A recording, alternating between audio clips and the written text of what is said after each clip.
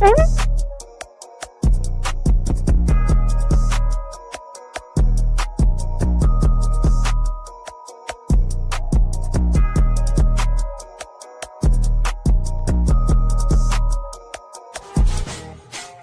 to Tigers Untapped, a Bluff City media podcast. Stepping up to the microphone are your hosts, Trey Lasley and TJ Willis. Now, let's get to the show.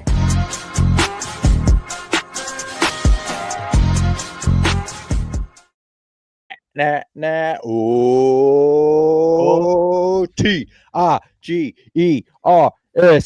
Tigers. Kenneth, we're live. Episode 147, a special Sunday matinee. Yes. Due to our busy schedules, I can't do tomorrow night. I can't do Tuesday night. TJ's busy. So Kenny and I said, let's record. Well, we said, let's just record. Let's record on Sunday.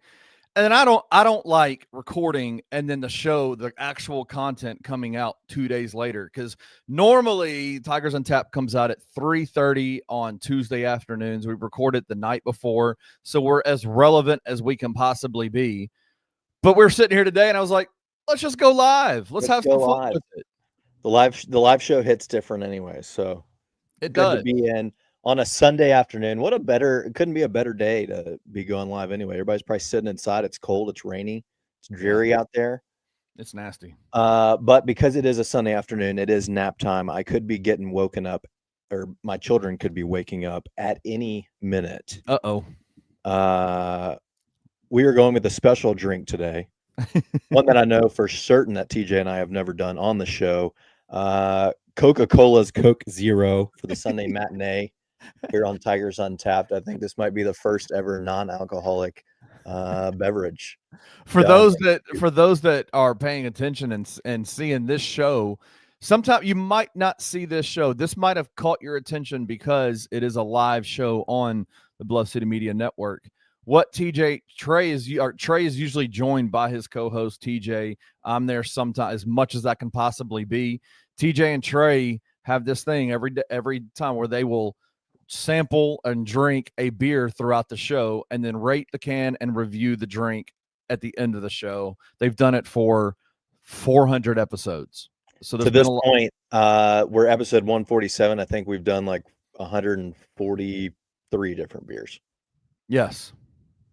We're like 4 off. Or we've done a repeat, or obviously today with a Coke Zero. So, a Coke Zero, yeah. Kenneth, last time we recorded just a week ago. I was in a bad place. You were in a bad place. And I had to felt the inside of me felt like the weather is today. And we had to have conversations this week about it, didn't we? We did. I called you multiple times. Just wasn't in a good spot. Wasn't even really looking forward to yesterday. Right. I could tell you by your face when I saw you at the Simmons Bank Liberty Stadium yesterday in your normal spot behind the visitors bench. I came up to you and the look on your face was still utter despair. I did not have good feelings going in. I didn't. But I'm sure as hell glad that I did, because yesterday, without a doubt, was Ryan Silverfield's best win ever. We went from 1 week ago, exactly the worst loss in program history, right, to his best win since he's been here in program history. Unbelievable. Your Tigs, I don't know how they did it. It never really felt like, at least through the first 3 quarters, that they were going to get it done, but they pull out the 34-31 victory. Heck of a second half by Brennan Lewis. He set a career high, which this seems shocking to me. His career high in passing yards, 307 yards. My guy's never thrown for 300 yards before. Oh, yeah. Yeah, yesterday was a career high. That doesn't seem possible. He can sling the rock. He hadn't eclipsed 3 bills before. Is that not shocking to you?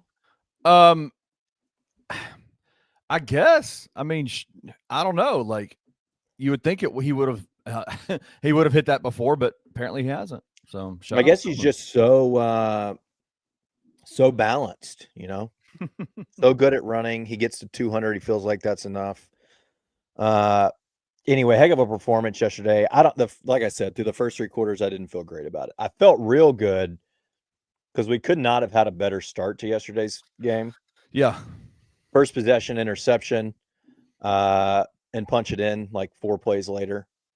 Pizant with a heck of a run. That dude runs so with hard. a nasty run. That was a nasty run. He runs so hard. Was that his only carry yesterday? No, he had one in the second half where he met a linebacker in the I think it was in the B gap maybe, and just smashed him. Like didn't get a whole lot of yards after the first contact, but that initial hit between him and that linebacker, man, it was nasty. And the linebacker was on a ride after that for a few seconds. Yeah, Pizant, two carries, 26 yards. His long, obviously the touchdown run at 19, right there on the first possession of the game. And then it just felt like until right before half, we couldn't do anything offensively. And it felt like I saw some people calling for a change at quarterback because Brendan wasn't running at all. Honestly, I told you all week, and you kept trying to talk me into it and believing in it, but I was utterly shocked that he played yesterday, given how he came off the field in Birmingham a week ago. Yeah. I mean, they damn near wheeled him off the field into the locker room. No, they didn't even have because UAB doesn't have a cart, bro. They're poverty. They're a poverty institution. That's why he had to freaking hobble his ass in the locker room, dragging his leg behind him because they don't even have a cart. It's freaking. It's almost like Tulsa or UTSA. What was it? Was it UTEP or UTSA? It was freaking UTSA where they don't even have their floors bolted into the floor. Then Tulsa with what's his name? Like, why are we surrounded? No floor mops. Why are we surrounded by poverty institutions? UAB doesn't even have a damn cart to cart guys back. Up? Do they not really have a cart? Why did they not have him on one?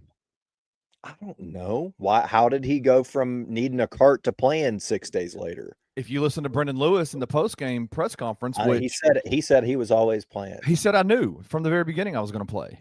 I just had to get treatment. I don't even think he had his ankle taped yesterday. No, dude was fine. That's wild. That seems wild to me. Football players are a different breed, man. They're just a different breed. I mean, some of them, yeah. Speaking of ankles, did you see what just happened to Cam Scattaboo today? Oh, God. If you do not look at it, it was disgusting.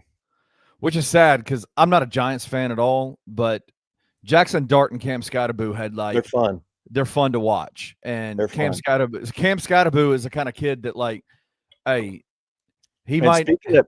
Speaking of football players being built different, not only did that happen, it looked like Cam was trying to stand up with his foot pointing the wrong direction. I'm like, bro, what are you doing? Sit down, please. Things are not connected correctly right now, and you're trying to stand up. Things are not pointed in the right direction, bro. Yeah. Like, sit down. That's not going to happen. Back to the game. I mean, first half, yeah. Brendan didn't look like he was obviously 100% healthy. People were calling for AJ or Arrington to come in. It felt like through the first half, the defense was making enough plays or stops and giving us opportunities, and we just weren't really doing anything with it. Yeah, they were in a tough. The defense was in a tough position with Byron Brown. Yeah, he was doing enough. Like, he's not the greatest thrower in the world, but they had a nice game plan against the Tigers defense, because if the Tigers ratcheted up the pressure, Byron has the ability to run, right? Yeah. But the problem that they were having was they weren't getting any pressure with their defensive line in the first half, and their linebackers and their defensive backs were not were they still playing zone? It's hard for me to tell exactly from the sideline like what they were doing, but there's just a lot of open gaps for Byron to pass the ball, little 5-yard, 6-yard little passes right down the field. You know? Yeah, I mean, it's tough for your secondary to play defense for 8-10 seconds. 8-10 seconds, right? And there were a couple of plays there where, I mean, Byron had legitimately all day seconds back there. Yeah. Like, if he just decided to let go of the ball, like if he could still be standing back there right now if he wanted. That dude, he's a big athletic dude. Yeah. Yeah. Like I forgot how big he is, and we didn't have to play him last year because he got hurt. But that dude is impressive, and that 45-yard touchdown run he had, Yeah. it reminded me of like Cam Newton. Mm. I mean, he was granted. Look, people are making a big hoopla about him hurdling our guy. I forget who it was, but they were already on the ground. It's not like that dude came in trying to hit him on his feet and Byron hurdled him. My guy was already laying down on the ground. So it wasn't a Greg DeRosier type of. No, let's relax on the hurdling, glazing because yeah, he got over him and it was a good run. I'm going to give him that, but it wasn't that big of a deal. It was no Greg DeRosier hurdle, that's for sure. Right. It was no Saquon Barkley 360 hurdle. It was fine. So they were down. The Tigers were down 21-7 going into the final drive of the second quarter, and the Tigers went down the field. They had the double pass from Kluse back to. Shout out Brady, 1-on-1 for 14 yards. Yeah, and then Kluse back to Brennan. Brennan went down caught the ball and ran. Then they had a couple of other plays. I think I saw was it Sutton that got a good run, and then they hit the 2nd and 5 from the 5-yard line, and they hit Cortez Braum in the end zone for a like on a slant for a touchdown reception to bring it to 21-14 with like a minute left. 50 seconds left. Right. Like a minute, which for the second week in a row, this has happened for years where I feel like every time we score right before half and should have some momentum going in. Right. And there's more than 40 seconds left, we somehow give points up. Yeah. Thankfully this week, as opposed to last week, it was not a touchdown. Field goal. It was a field goal. Yeah. We held him to a field goal that freaking Nico.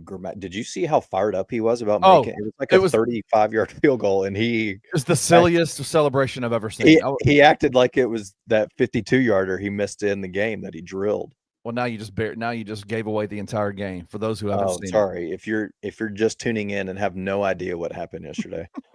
So yeah, second week in a row where it feels like you've got a little bit of momentum going in a half. You're about to get the ball to start the second half, and the defense, I don't know what it is. I mean, I feel like we go into this preventive, keep everything in front of you mode, and the offense takes what we're giving them, and they're able to get down there. And I mean, it sucked to give up points right there, but you come out, shout out to freaking Spectic drilling a 55-yarder. I don't know how that thing got over the line of scrimmage because it was on Kenny, I don't know where you were in the stadium when he kicked that. I was behind him. Absolute frozen rope. Yeah, it was. I mean, it looked like low. It looked like a center fielder throwing somebody out at home it was a missile. I have no idea how nobody got a finger on it. Would have been good from 60 plus, I think. It would have been. Let me ask you that before we get to the second half, going into halftime, how were you feeling? 24-14, USF was up. The Tigers had scored their first possession and then the last possession of the half, and then they were down 24-14. How were you feeling going into the second half? Honestly, when we scored right before, I was feeling pretty good. Even when they got a field goal, no lie, I moved at half and went and sat with my parents for the second half. And as I'm walking over there, I was thinking about the Arkansas game. Yeah. And I was like, it's basically the same situation, except for instead of being down 11, we're down 10. We get the ball out of half. If we can come out of half and get points, I'll feel great. Right.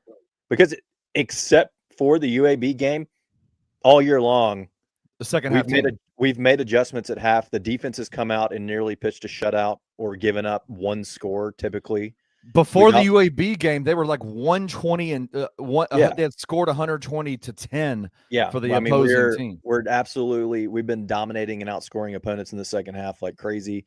So that was my first thought was, all right, you're down 10, you're getting the ball. If you can come out and put points up, right, you're right back in it. You're right back in the game. Let's see what the defense is able to do in the second half. Right. And so when we came out, he drills that field goal. I was feeling pretty good. Yeah, because now it's 24-17. One score. It's a one-score game. You got plenty of football left. You got the home crowd. The crowd stuck around. I felt like yesterday's crowd was great. Yesterday's crowd was awesome. For an Awesome. 11 a.m. non-SEC, I mean, I know obviously South Florida, they're ranked this year. They're one of the better teams on our schedule. But I was pleasantly surprised by yesterday's crowd. Everybody stuck around. It was a great day out there. And then you got down 14 again. I'm not going to lie. I almost left when they broke off that 73-yard run. First play right after. What? Spetix is – it's the wildest kicking ever. It is. He kicks a 54-yard that could have been good from 60. But even statistically, he's like, I got to pull it up. I think he's 5 of 5 from 50 plus. He has not missed a 50-plus yard field goal. Yeah. And he's like 1 of 5. Okay, he's 4 of 4 from 50 plus with a long of 55, which is yesterday. And he's 1 of 4 from 40 to 49. That's wild. How long was that field goal? It was 55 yards. No, the one that 45 yards was the one that was no good, and it was like no good by a lot. Like it missed it. I heard it on the contact. I was like, oh, that's off. Like that's not good. It's got to be something with the obviously it's distance related, but it's something with like I don't know, his mechanically or mentally there's something there with that distance and the way he's hitting the ball. I don't know, but it's so wild to me that he's perfect from 50 plus and 20% from 40 to 49 yards. So then he misses that 45-yard field goal, and then literally the very next play, they housed it. They housed it for a 73-yard touchdown. The running back Franklin ran it for 73 yards. Nasty run. Like honestly, that was the only time in that game where I was like, it's over. Yeah, it felt like it was over. I almost left. 31 to 17. I'm gonna stay. I'm gonna see what they do. We went to the fourth quarter down 14. I think ESPN Analytics or whatever put it at like a 90-something%, 95% chance that USF wins. I wish I'd hit the Memphis money line at that point. And then we scored basically in 2 minutes. Duozier with a good like 15-yard run there. And then immediately I'm furious because there's 13 minutes left in the game. You were down 14. And our entire sideline starts yelling that we're going for 2. And I was like, what the F are we doing? Now, I understand. I get it. I know the analytics behind it. But it's also like statistically, that doesn't take into account momentum and the flow of the game and how things like in that. And it ended up working out. So whatever we're saying at the end of the day does not matter. But none of it matters now. Hindsight, right? Yeah. Like, I felt like just kicking the field goal there, being down a touchdown, you have, now I'm not going to say all the momentum, but you flipped it a little bit, right? Because you scored so quickly, the crowd's back into it. But it's like, okay, look who's in the comments. What the hell's going on? Hey, man, join the show or shut up. I mean, no kids, nut up or shut up, brother. Join the show. Join the show. Get in here and do your job or get the heck out. What the heck is going on? But I was infuriated by that 2 point. I mean, I was screaming.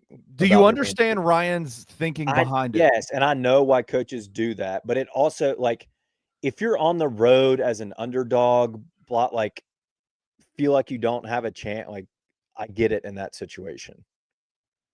But in this, like, you're at home. The teams are equal. You've come out, your second half game plan is working. Your defense has made stops outside of one broken, busted run where you gave out a touchdown. Like, right. I don't know. It just infuriated me. I get what he's saying. But again, that doesn't take into account your NFL analytics playbook doesn't take into account the momentum, the flow of the game. Like, anyway, going back, I wouldn't have done that because later in the game, you made that situation much more stressful than it needed to be. And ultimately, it almost came up to a decision by the officials, right? Because the other questionable call, which I would be furious if I was a South Florida fan, was Golish not kicking that field goal to put them up 10 with like. So I texted y'all and I said, did Golish just get a little bit, did he get a little too greedy? And the response was, no, you bury them down at the 5-yard line. You do that, right? But if you pay attention to what, I mean, USF fans were freaking out about that play. Yeah. Again, that's another situation where it's like, if USF is at home and they do that, I get it. But on the road, I think you make it a 2-possession game right there. I mean, I kind of get his thinking of like his defense has played really well all day. We had punted the ball like 7 times to that point. But why is that not showing up on the game? Where was that in the game? Like, it's not showing up. It was right after we had just scored that touchdown. So we scored to cut it to 8 because we didn't get the 2-point conversion. The other problem, and I'll get back, not to go back to it, but the other problem I have with going for 2 is historically, especially this year, in the situations where we've either needed to get a 2-point or we've gone for 2, or last week, last play of the game, and you absolutely have to score, our play calling has been absolute ass. Right. Like, more than once, a 2-point conversion play or, hey, score or go home play has been a fade to Cortez Brand. A fade to Cortez in the and it's like, yesterday it worked out because you called it on 2nd down and goal. Call it as your 2nd or 3rd down play, not a, hey, you absolutely have to score on this play. Right. You know what I mean? Right. Yeah, I could not believe he didn't kick the field goal there to go back up by 10. And then you just kind of gave us all the momentum. We get the 4th down stop, go down, you kick another field goal, cut it to now it's 31-26. Now it's 31-26. Yep. And it's just like, hey, you basically need one more stop from your defense. You get the ball back, and they got it. They got the stop. They got the stop. 7 plays, 22 yards, only 2 minutes off the clock, and USF punted the ball back. The Tigers defense stepped up in that second half. Especially the defensive secondary. The secondary, Bracey, who's number 13 on the team? Is he new? I've not seen him before. Jeremiah Jordan, is that right? TJ, you're in here. Tell us. Let me see. He's saying he thinks the no field goal kick was a good call by Golish. Well, the USF fans want to fire him over up. They do. Which I think in a reverse situation, I mean, I feel like Memphis fans would have been mad about not kicking a field goal there. Oh, it's Jeremiah Jordan. That's right. Okay. Yeah. Yeah, our secondary, I mean, the defense played really well in the second half. Dude, Chris Bracey is really good. He is good. He is really good. I like him a lot, and I'm fairly certain he's only a sophomore, so I'm real excited about yeah, he's a sophomore. He's about a sophomore, the future of Bracey in our secondary. Yeah, I'm a big fan of Chris Bracey. He in that last possession where they had to get a stop, where they had to get the punt, I think Chris had 2 pass breakups in that possession, I think, alone by himself. Yeah. And then Jeremiah Jordan had one, I think, potentially. I can't remember. I know it was in the second half, but he's very good. TJ is blowing up our comments. Just get on the show. Get on the show. We got 30 minutes left. He says he's surprised that Bracey's good because UAB's defense was so bad. Rashaw as well.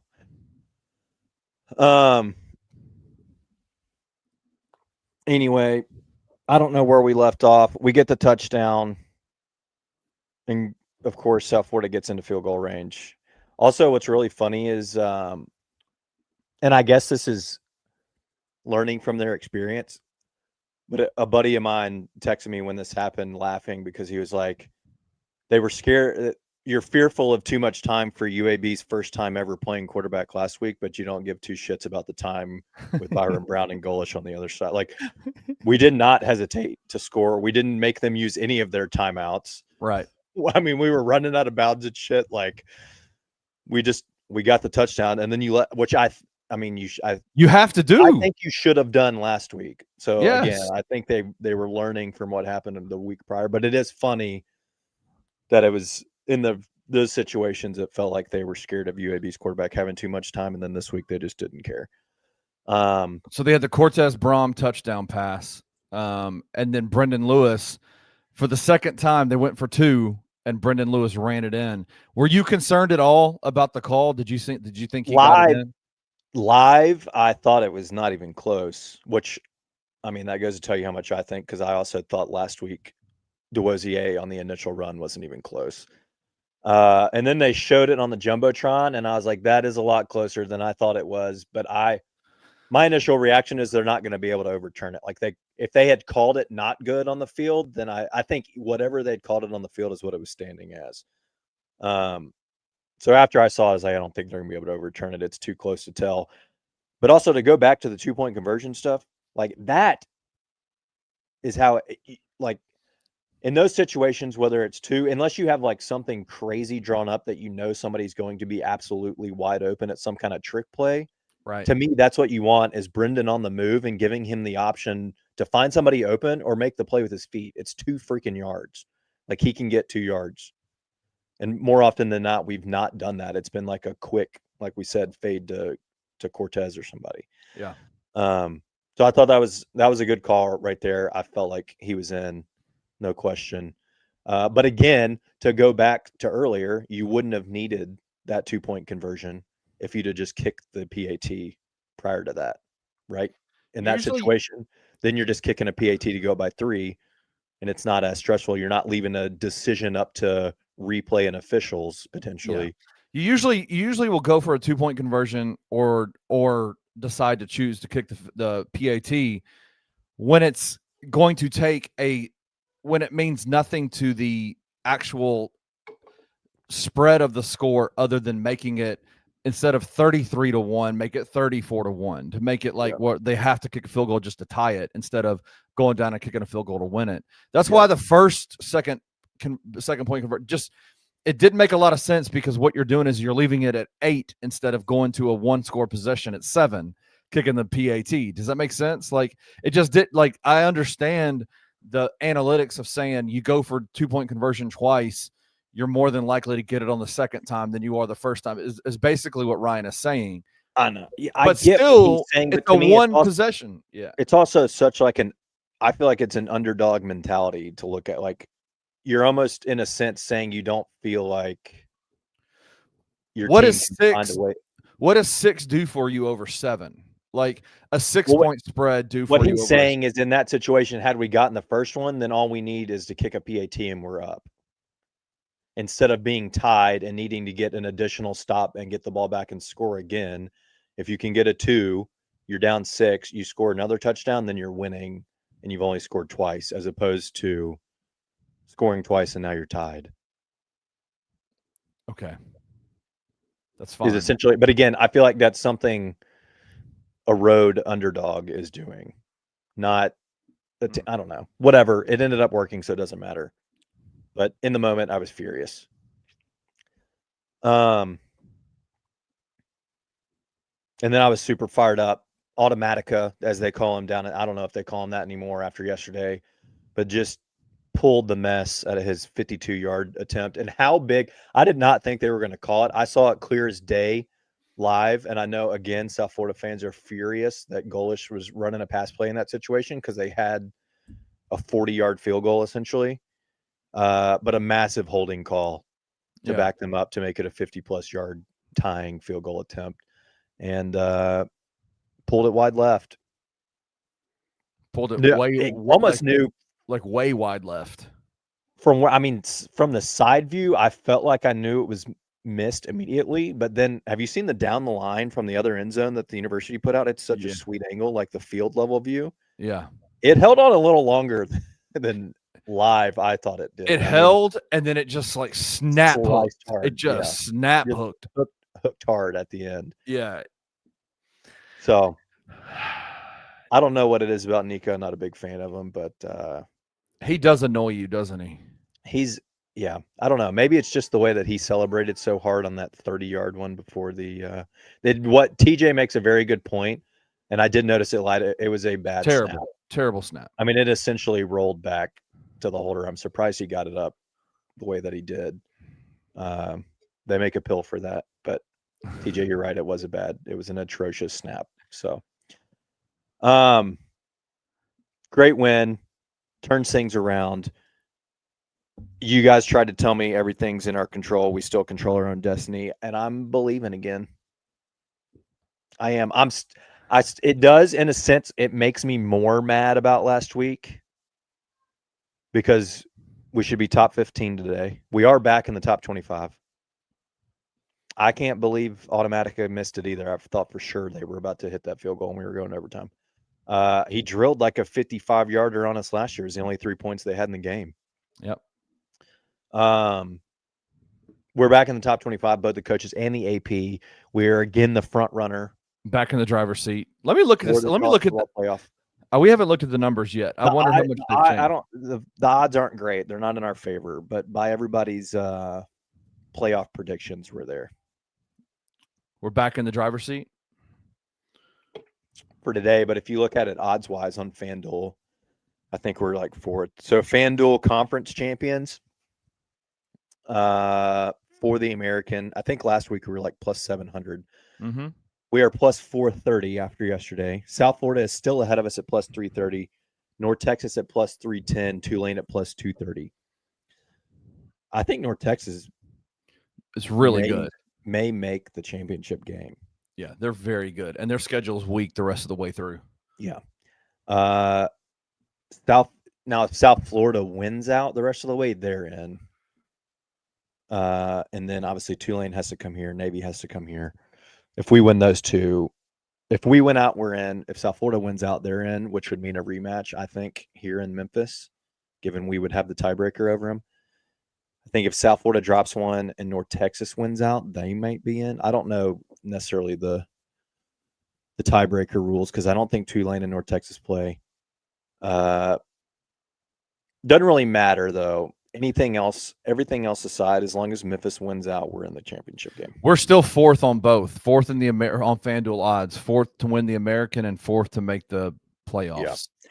So they flashed it up on the screen yesterday, I think right after the game ended. By the All-State playoff predictor, we have the best group of 5 chance right now. I think we were sitting in like, I don't know what it is. Somebody in the comments may know. It was like 25% or something. I think we were 10 before kick. I think Tulane was like 21%. South Florida is like, I don't know, 15 or something. So a lot of football left, but we're back in the driver's seat. I'm believing again that we can get it done because I think by far South Florida was the toughest on the schedule. And is the toughest opponent in the conference. I mean, you still have Navy, who's right behind the Tigers. But Navy's about to freaking enter a gauntlet of all gauntlets. I mean, they could potentially lose their last 5 games. Who are they playing? Let me pull it up. All right, it starts this week. They play North Texas. They're going to lose that game. At North Texas. I saw people advocating for game day to go there. So they play at North Texas Saturday at 11. The following week, they play at Notre Dame. They're going to lose that game. They then host South Florida the week after. They have a bit of a bye, and then they come here Thanksgiving night. And then they play Army, obviously, to close their season out. They'll beat Army. Army's trash. Yeah, I think that, well. But it doesn't matter because it's not a conference game, right?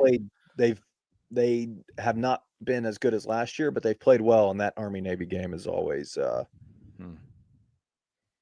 it's always closer than you think it's going to be. That's right. So they're entering a gauntlet. I mean, they're going to have 3 or 4 losses probably. Tulane's been kind of going under the radar a little bit for me. But yet there's for everybody. Do I think Navy's losing to UNT? Absolutely. In North Texas is awesome. They're very good. Dude, that quarterback, he set an American Conference record this weekend. 600 yards. Can you imagine? He threw for more. Speaking of Army, he threw for more passing yards in one game than Army has all season. Yeah, that's crazy. So, we didn't even get to this part. I do need to take a moment to call this out. He is a bitch. I never really had feelings one way or the other about Alex Golish. I didn't either. Even though he was at Central Florida, even though he was at Tennessee. But yesterday made me absolutely despise that dude. Yeah, he's a clown show. He's going to come out after the game bitching about our stadium booing their player. It is so blatantly obvious what they're doing with the injury crap. It's already been well documented. I don't even know that you saw this. TJ probably knows what I'm talking about. They played Miami like a month ago. There's a Miami journalist that dug into this, said he got some insider information from a previous South Florida, somebody affiliated with the South Florida program. They had something called submarine. When they heard submarine, typically it was on a PAT. So South Florida scores, they're kicking the extra point. One of their interior linemen would go down. Essentially what they're doing is they play so fast offensively, they're trying to give their defense a couple more minutes rest, right? Your defense gets a stop, your offense goes out, they score in 3 plays, get down on the PAT. I mean, the dude compiled a massive catalog of footage from their game. I said submarine. What is TJ lagging? I think he's behind. Okay. Anyway, so because that got caught out, they've now taken it the Lane Kiffin way. And they're going down. Does Lane do this? I don't know that it's as egregious as it has been before, but last year it was absurd. USF yesterday with this. Yesterday it was like the worst I've ever seen. I was trying to explain it to Natalie, and I am overshooting it, but I was like, Natalie, I'm not joking. I think we had a stoppage roughly 20 times for one of their players going down. And it all happened to coincide with once the Tigers did something. Always when we were moving the ball. Always. And always what would happen? They would go down.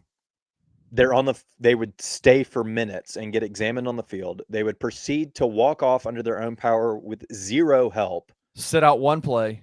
And then they would come back in the same series. Yeah, man. Every time. And look, the first like 3 or 4 times it happened, nobody said a word. Nobody in the stadium did anything about it other than when they got up and walked off, we clapped for them. As you should. Respectfully, glad you're okay. And then it became obvious. I'm sorry, when we got to the 12th, 13th, 14th, 15th time, and it was apparent that you guys were doing it when we're making plays offensively, that we started calling you out on it. And then he has the audacity to go into the post game and try to bitch about it and be like, I've never been somewhere where a kid gets booed for being injured. I love our culture. Man, shut the hell up. Cool. You love being a cheap scumbag and trying to get an advantage for your players without using a timeout. How many timeouts did they get in that game? They got 20-something timeouts in that game. I mean, part of the reason they were able to get a kick or the field goal right before half is because they did that injury crap right before we scored, and they're not charged a timeout for it. The problem is, so they implemented a rule change this year to try to combat this, but the rule only goes into effect if the ball's been spotted. Right. So the way they're combating that and trying to make it look as if it's official, their word may still be submarine. They're telling whoever makes the tackle go down before it's spotted. To immediately be hurt. Yeah. So that the ball hasn't been spotted yet, and then we can get a stoppage. I mean, it's like that's what they're doing. I don't know how you stop this, because obviously there are people that really get hurt, and if somebody's injured, you don't want to charge the team. Like, you already have a player hurt, you shouldn't also penalize them by making the team use a timeout. But I don't know. It was an absurd scenario in that game. Like it became very, very obvious. And shout out to the Memphis fans for calling it out. Yeah. Because guess what? They got a reaction out of Golish in the first half. I know. He was telling us to keep going, which is, you're also not doing that unless, like, I mean, when he did that, he's essentially he admitted it. He's acknowledging the fact that we know what they're doing. You know, like you caught us. Like you know. You're very aware. Shout out to the Memphis fans for not being willing for calling that out. Like, I love that. I loved because then there was one play. I love our culture, Golish. How about that? Right. Then there was one play in the fourth quarter where a guy did go down after it was spotted, and somehow the referee came out and was like, "Oh, it wasn't spotted yet." It was spotted. The ball was spotted. The ball was down, and your dude fell down. I didn't even realize that one. I was probably already too frustrated. I wasn't even listening. It was it was so annoying. He comes on the thing, and everybody's like, "The ball was spotted. The ball was spotted." You hear it like a lot, and he comes on and he's like, "The ball wasn't spotted yet." Well, what do you mean it wasn't spotted? The ball was spotted. They had put the ball down. The ref had backed away from the ball, and then the guy fell down. Yeah. It was crazy. It was So crazy, So crazy. They some vicious for that. Hey, but Ryan Silverfield played the game yesterday too, though. Did you see what he did? When? You know, in his Monday radio show, he said that there's a good chance they might start. That was disgusting when I got there and saw that Troutman was in his ACL. Troutman was in the largest knee brace of all time. Also, did you see what we did before that? You know how they do the video board starting lineups? AJ Hill, Arrington Maiden, and Brendan Lewis were starting. If you're watching this and you didn't get to the game early enough to see the video footage of the starting lineup, we had all three quarterbacks announce themselves as starting quarterback yesterday before the game, which is also hilarious because Pete Thamel and numerous other national guys had already broken that Brendan was starting. He had gone through warmups and he was giving it a go. But again, the only reason Ryan does that is because Golish did it last year. Right. He did it last year. We didn't know until right before kick that Byron Brown wasn't playing. So we'd spent like all week, I guess, preparing for him. UAB did it last week with Kitna. We didn't know he wasn't playing until right before the game. So he's like, screw this. If everybody else is going to be this way, then I'm just going to mess around and make you think we're playing all three. And possibly playing our fourth string quarterback who's got a torn ACL. That was absurd that he said that. I loved it. I loved it. Did you think it was absurd or you loved? I loved it. I love that he's playing the game. I mean, taking it all the way to Troutman seems a little far for me, but I do think that announcing the three starting quarterbacks on the Jumbotron before the game, I think that's hilarious. Yeah. Especially when it's already come out nationally that Brendan's starting. Shout out. I loved it. All right. Well, it's good to get that win. Again, I don't know how they did it. I'm believing again. We control our destiny. I'm still a little bit scared of the East Carolina game, but we'll cross that bridge when we get to it. For this week, spooky Rice on Halloween night. Don't love it that it's on Halloween and it's out of town. But we are 15.5-point favorites on the road at Rice. Rice got a good little win for themselves this week. They beat UConn in overtime at home. Okay, we're getting comments in here, and I wanted to ask you about this. Let's go back to the USF game for 1 second. All right. NAK says, should the NCAA make a rule if a team does that 5 times, the player has to sit out the rest of the drive? Yes. NAK, I think that's the only way you can address it, honestly. Like if that – I know it's a one-play thing. Keep the helmet rule that way. But, yeah, that may be the only way that you stop teams from doing that is – and I mean – I don't know any other way to do it. But, yeah, they have to sit out the rest of the drive. That makes the most sense.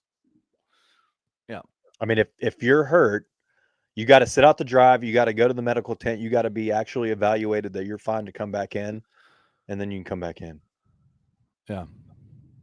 All right. TJ wants to know, there's no mention of the Bluey cam. Why do we not mention the Bluey cam? Okay, can I just be honest with you? I didn't even know what the hell it was in I don't know what it's in reference to either. I do now.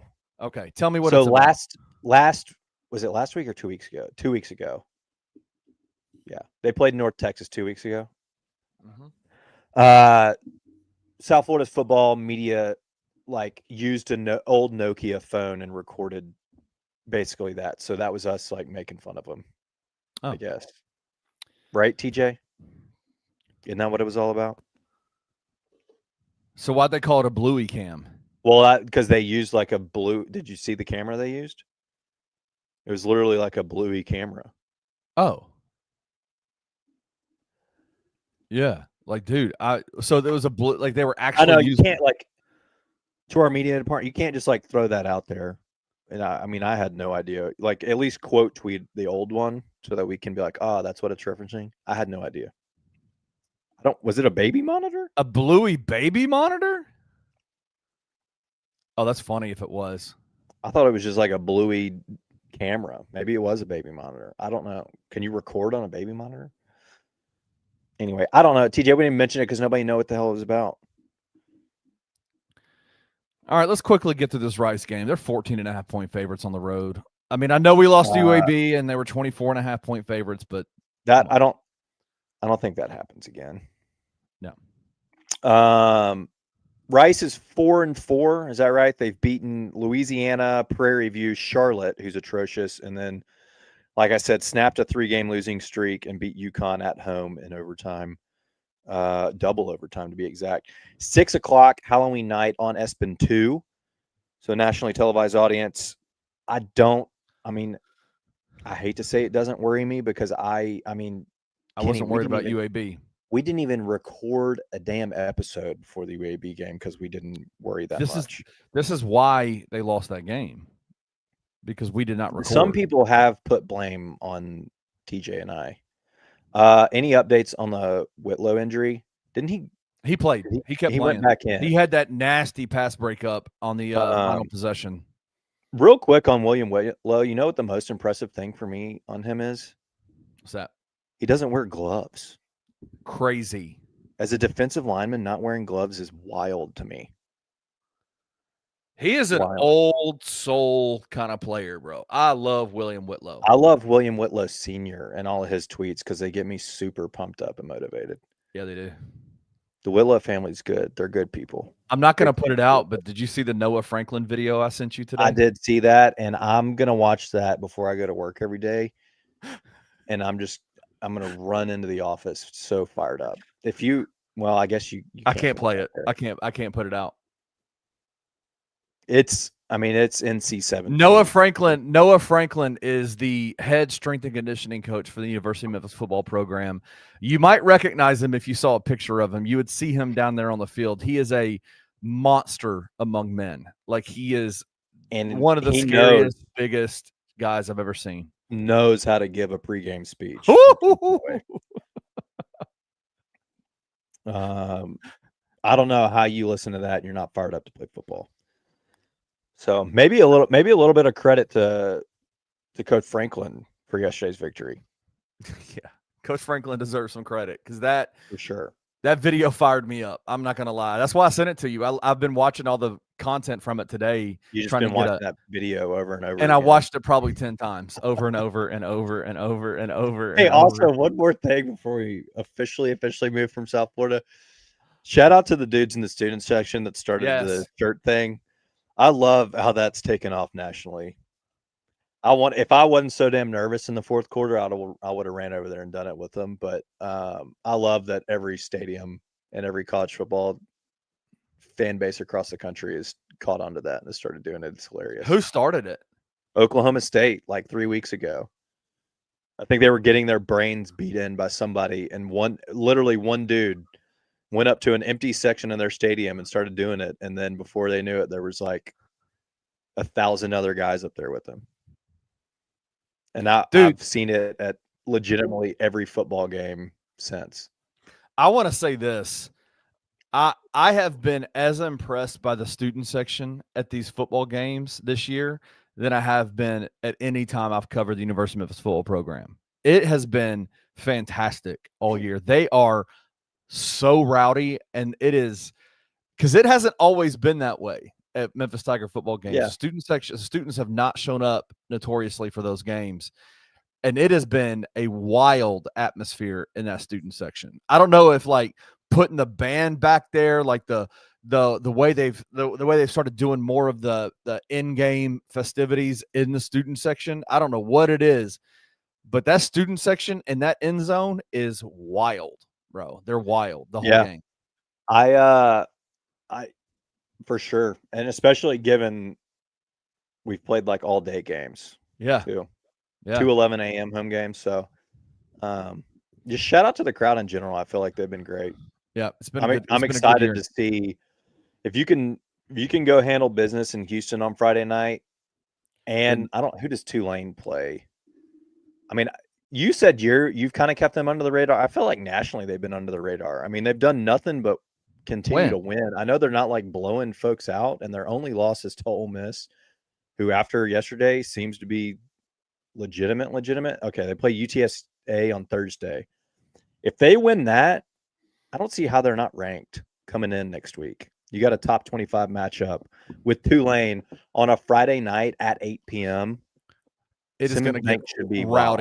It's going to be rowdy. 8 p.m. kick on a Friday. It should be rowdy in there. Because that means everybody's gonna have all day at Tiger Lane. Well, It's except for those rowdy. that have 9 to 5s. Screw that. Take a day off. It's a big game. We should get should become a Paul Young put city out holiday. put out one of those mayor letters that says, "Please excuse Trey and Kenny from work at 2:00 on Friday, November the 7th." You ain't never lied. Anyway, all right. What'd you say? It's at 14.5. Is that what FanDuel has it on? I think it opened at 15.5. So let me see. Early money coming in on Rice, or maybe FanDuel. I thought you said 14.5. That's my bad. Let me check. I saw an initial 15, but you're right. On FanDuel, it is 14.5. Your minus 600 money line, 50.5 is the over under. I don't know. 2 touchdowns feels right. I probably wouldn't mess with it, but nonetheless, you should go down there and handle business, especially what happened 2 weeks ago in Birmingham. I think this team knows now that they don't have the benefit of being able to drop anything. You got to win out. No question. The Tigers are now 7-1 on the season and 7-1 against the spread this year. So 14.5 seems like, I don't know. We'll see if it goes out anymore, but you wouldn't touch that game. I don't know. I don't know why. 14.5. If it was below 2 touchdowns, I probably would. If it gets to 13.5, I think we can win by 2 touchdowns. Okay. Unless we do some silly 2-point conversion stuff again, which seems to always happen when I start betting on our lines. But what's your theory on bet? Do you bet right. Memphis lines often? Do you bet Memphis games often? Far too often, yes. Oh, that's scary. But the problem is, we have a buddy, Jonathan, who oftentimes bets against Memphis as a Memphis fan, and that infuriates me.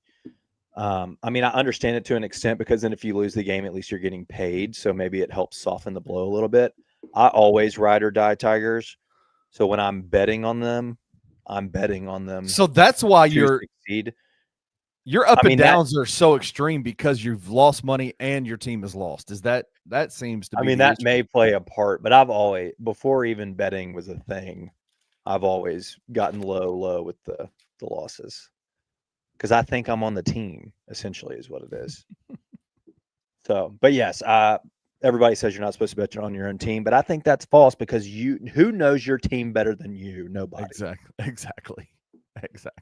So that one I don't know that I'll touch, though. If it gets below 14.5, I might fondle in it. But right now, it feels like it's at the right spot. 2 touchdowns feels right.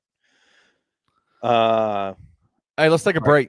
We'll take a break. When we come back, we got freaking Tiger basketball this week. Real live Tiger basketball. We'll be right back.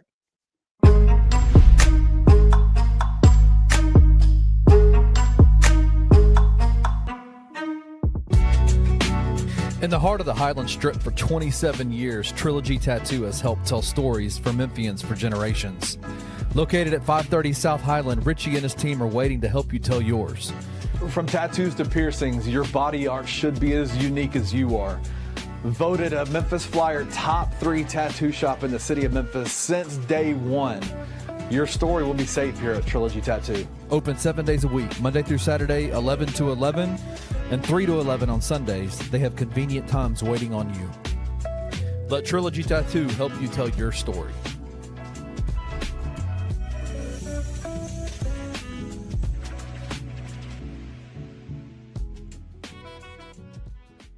Oh, shout out to my guy, Coach Isolo, bro. Like, it's 2 things he did that are so anti-Taylor Jenkins, bro.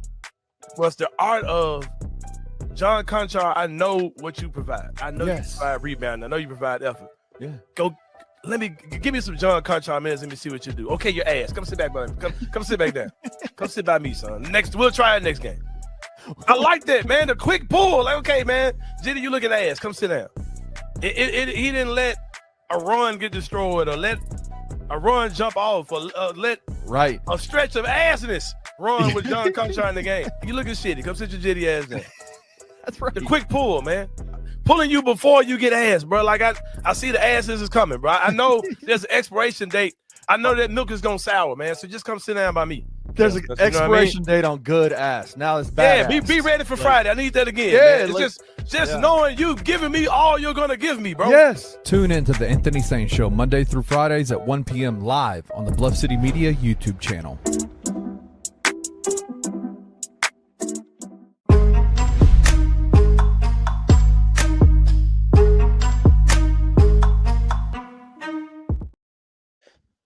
Ooh, Kenny, basketball's already here. It is here. How did we get to this point?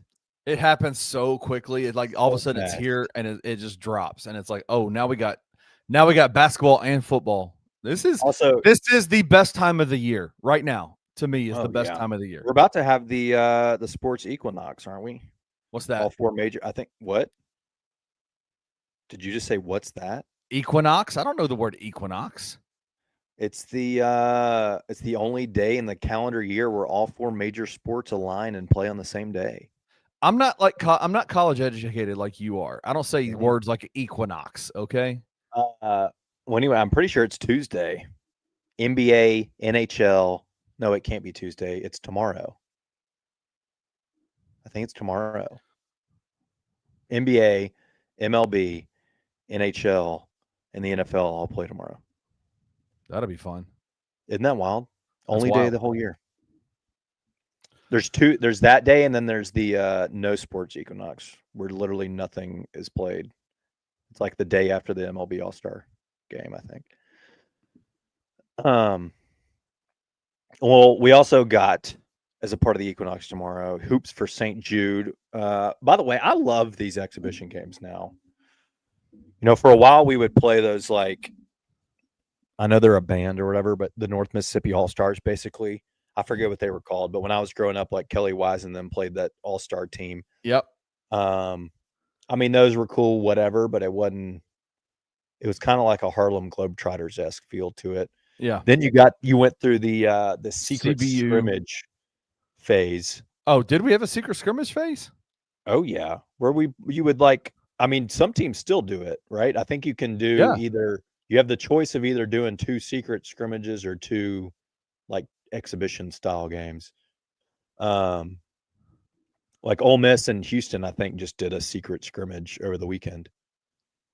But we did that. We did, I think, not long. We played North Carolina in one of them, and whatever. Anyway, I don't like the secret scrimmage ones because rumors come out and whatever. I love these. It's fun. Yeah. I think last year was fun with North Carolina and Alabama. I think this year's going to be great tomorrow with Arkansas and Cal coming in. I hope it's well attended. And the women are playing Vandy too right before, right? Yep. The court looks cool. The women's team will be facing off against Vandy on ESPNU, I think, starting at 6, I think. Yeah. And then the Arkansas-Memphis game will be on ESPN at 7. Or no, it's at 8, I think. Yeah. It should be like 30 minutes after the girls' game finishes. Right. Obviously, we've talked about it leading up to this point, but Calipari's return. The Daily Memphian's been doing that kind of countdown to it, running some of the old stories from when he was here. I've said it before. I'm going to say it again. I think it's time to kind of celebrate that time. Yes. I saw Donnell Mex in town. Like, there's going to be all sorts of guys from his tenure here that played for him in. And I think it should be a warm reception for Cal coming in. He's not at Kentucky anymore. He's at Arkansas. It's not even a game that technically counts. So, like, if Arkansas does win, it doesn't matter. It's like that CBU game. It doesn't count, so we can't be mad about it. I'm gonna give him a round of applause when he's announced. It's going to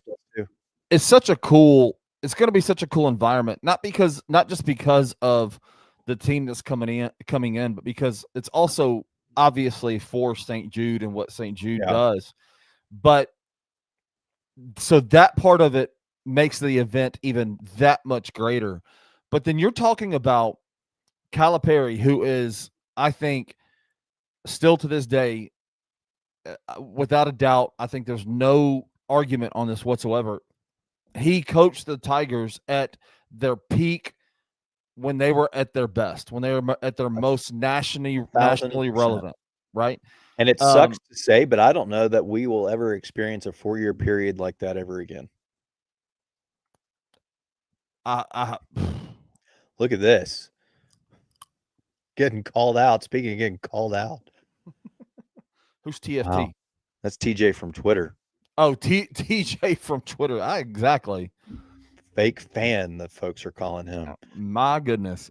But then on top of that, I said this on, I think it was on Anthony's show last week, but what's so interesting about this game is not because it's just John Calipari, but my dad is a Tiger fan. My dad is 65 years old, has been a Tiger fan his entire life.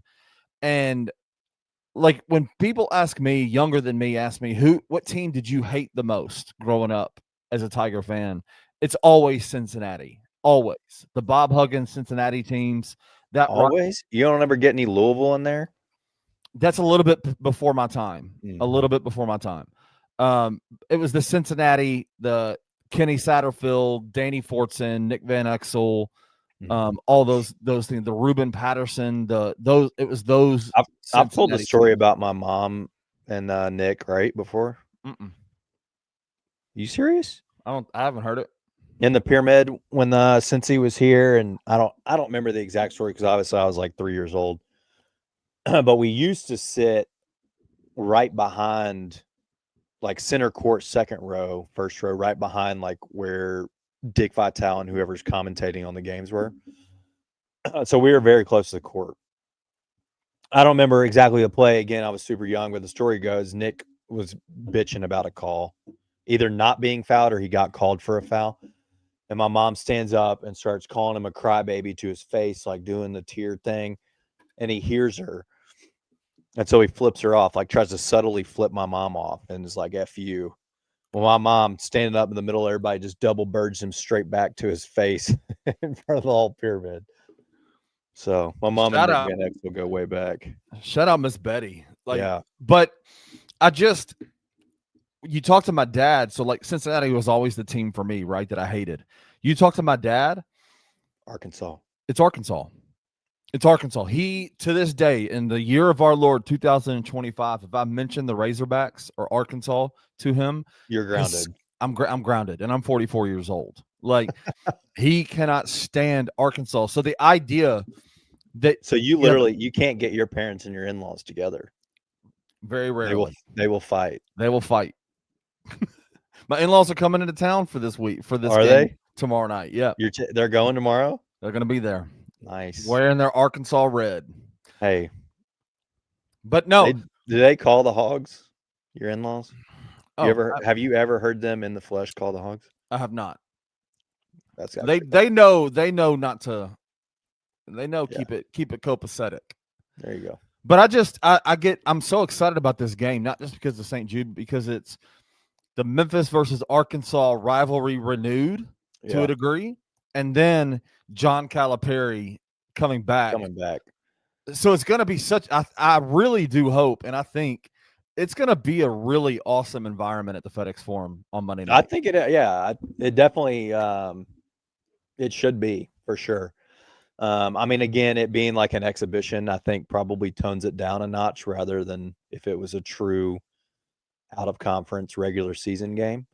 But again, it's a step in the right direction, bringing it back. Hopefully we can get them on for a regular season game in the future. I'm just excited because it's my first look at the Memphis team. Arkansas is supposed to be damn good. They're top 15, top 10 in a lot of preseason polls by a lot of national media.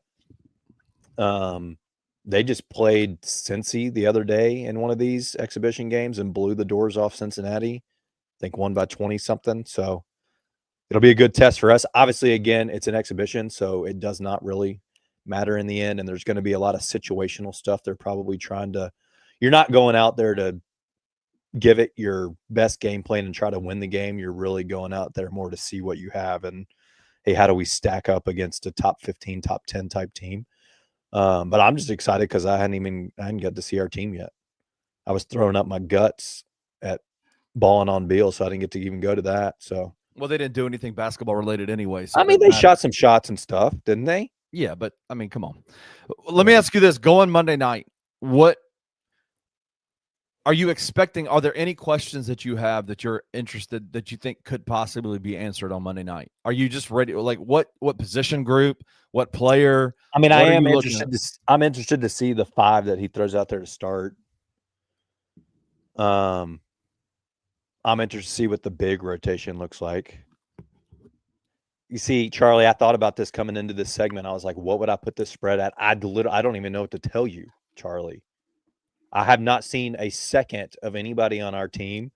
My initial thoughts being them, what are they nationally ranked? Has the preseason poll come out? I don't think so, but I think like Ken Palm has them at 54, maybe 52. I'm about to look at this real quick. Yeah, I guess there's not any poll out. I really thought that the preseason AP poll came out. It is out, you dork. They're 14th preseason in the AP. I don't know. In Memphis, I would probably put it at like Arkansas 9.5 or 10.5. I don't know. I don't even know what to guess. Does that feel right? Would you take that? Which way would you go on that? I don't know. I don't know. I'd take it. I want to see the big rotation. I want to see who the starting 5 are. Don't we already kind of know the starting 5 though? I mean, I feel like you do, but It's going to be Doug. Also, it's going to be Doug Sincere, Zachary Davis, Aaron Bradshaw, and Ingram. But I'm also a little bit concerned still about Sincere's situation, so I'm very curious to see who comes in almost as like that backup too. Why are you? What's got you concerned about the Sincere situation? I don't know, because he still has a pending investigation or whatever going on. He's on. I mean, I know they keep pushing back court dates and stuff, but I'm like, I'm not worried about that at all. Okay. Well, good question. Is there any amount we would lose by that would concern you, or do you throw that out? I mean, yes, Charlie, if we come out and they beat us by 40, I will be very concerned. But I don't think that'll happen. I mean, no. If we like, I don't even think I'd be that concerned about like a 20-point loss. I mean, unless it's something where we only score 35 points or something ridiculous. Then, but I mean, typically I feel like the way these exhibition games go, it's like it's a charity exhibition. Yeah. But I don't think we're gonna be throwing our best defensive effort out there. So I'm envisioning it being like, even at the worst, if we lost like 100-80, I don't think that's concerning. Yeah. But yes, I mean, the amount would be like 40 plus. I would probably be like, okay. But then the good thing about that is we turn around and we play 3 nights later on Thursday in Atlanta against an Auburn team that's fresh off a Final Four. Now, I know they've had some roster turnover.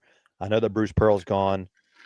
But baby Bruce is at the helm. So they're obviously probably going to take a step back, but I think that's another good test to kind of see how you measure up against what should be a top half SEC team. I mean, it's kind of hard to predict based on their roster and having Steven. I don't know what they'll look like or how differently they'll play, but it should be a fun couple of days to get a first look at what Memphis looks like before we kick off.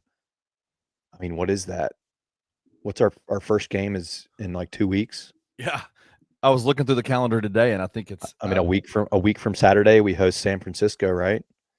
Yeah, the November 8th is when we host San Francisco. And then we go straight down to Oxford,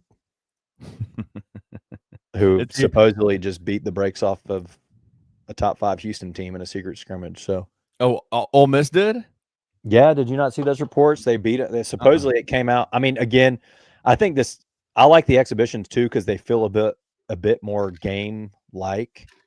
Whereas a lot of times those secret scrimmages, you know how they go, they're super scripted, right? You're doing like, hey, 10 possessions, we're going to run zone, and it's like we're running a 2-3 no matter what. Right. So if Ole Miss comes down and hits 3 back-to-back threes, like you're not making a defensive adjustment. The team has to play the next 7 possessions in a 2-3 and figure shit out. So I don't necessarily love those, but yeah, I think it was, let me see if I can find it. I want to say they won by like 18 or something. Isn't Houston supposed to be like number 1 in the country? Yeah, people have them like top Oh no. top 3 for sure. But then see, here's another one. I'm looking this up, and Ole Miss was supposed to play St. Mary's today, and they were down 59-49 with 4 minutes left. So, I mean, And I think Auburn had yeah, one of here those. you go. 70-56. It says Ole Miss won in a secret scrimmage. Number 2, Houston. So Didn't Auburn play one of those secret scrimmages and get blown out by somebody, like just like last week or something like that? did they do a secret one, or was it an exhibition? I thought it was a secret one, but maybe it was an exhibition. No, you know who did play in one and got blown out? It was Kentucky blew out Purdue in one. In a secret one or in an exhibition? No, it was an exhibition. They lost. Auburn lost by 2 to Oklahoma State last week. Oh, I thought they got blown out. 97-95. Hmm. So I don't know. Should be exciting. Is TJ still in here? I doubt it. We're getting to Thunder picks. My Vandy minus 2.5 or whatever it was hit. They beat Missouri. Did you see the end of that game, by the way? Man, dude. Vandy's for real. What a way. One. They are for real. 17-10. Missouri threw a Hail Mary to tie it up at the end of the game. Literally last play of the game, and the dude caught it at the 1-yard line. How bad does that suck? I mean, that to me, that feels worse than not catching it for sure. Yeah, you caught it, but you're like literally 6 You're inches literally out. inches. I mean, that's kind of a lot, 6 inches, but almost there. But wasn't it that he was in the end zone, the ball wasn't? I mean, basically, yeah. Like his back, he kind of caught it with his back. Obviously, he had turned around to catch it and landed on his butt, Right. kind of across the goal line, but the ball's in front of him, so it Didn't cross the goal line. Yeah. Oh, Wow. what a terrible way to lose. Anyway, that hit. So I'm 5-4 on the year. Ride TJ Strong. My dude's having a heck of a year. He had A&M minus 2.5 or whatever it was. I mean, he's blowing you out. Like honestly, ridiculous. like he's blowing you out this year. I mean, like this is arguable. I'm a game back. I'm not sure that that's blowing out. But I will give him credit. He did have a very easy win. Did he text us what it was? Yeah, he did. Let me see. He did. He's taken Ohio State to cover against Penn State. FanDuel's currently got it. I want to say it was like 17.5, but I'm pulling it up.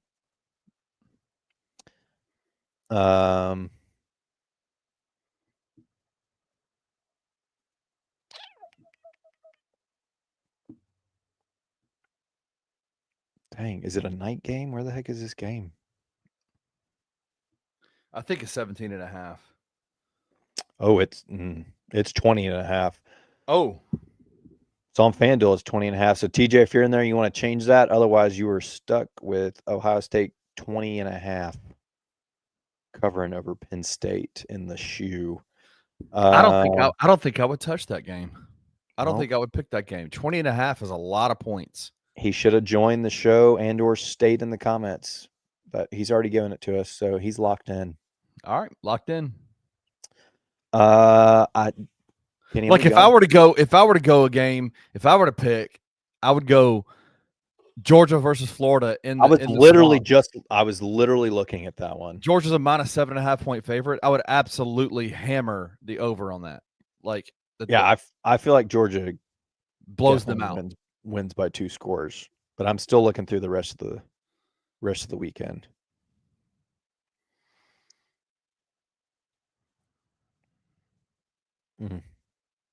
Yeah, I don't really see anything else I'm liking. Mississippi State, Arkansas, minus 4.5. Arkansas. Troy, Arkansas State. Hey, shout out to Troy. Have you kept up with them? I have not. I don't know if they won this past weekend, but they're sneaky 5-2. Their only losses being us and Clemson. Shout out Troy. After Goose went out, they won again. They're 6-2. They beat the Raging Cajuns this weekend. This is what pissed me off. Go back to the Tigers for a second. This is what pissed me off about that UAB game. So they lost that game, and automatically everybody was like, "Well, they've not played. Everybody they played has sucked anyway, so they're just trash. They're not a good team." I'm like, what revisionist history are we doing here? Like, Troy's not a bad team. They beat them on the road. TJ quietly kind of did that. I know. They've also they're doing this with that backup quarterback that looked so bad against us. Right. Because didn't Goose break his collarbone? Oh my I think gosh. that's what his injury was. All right, I got to get a pick in. I think I'm agreeing with you. I think I'm going with the wow. Georgia, Florida. If you had to guess what the line is for North Texas Navy, what would you say it was?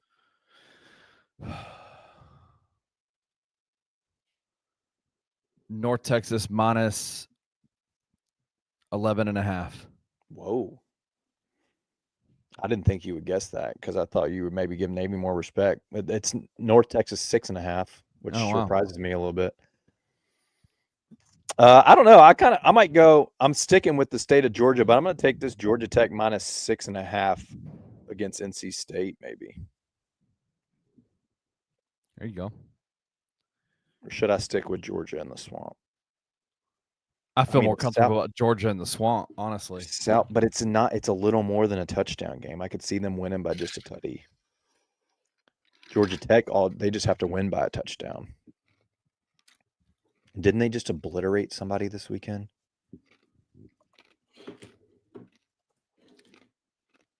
Yes. I don't know. Syracuse, but Syracuse is doo-doo. Oh, they only beat Wake Forest by 1.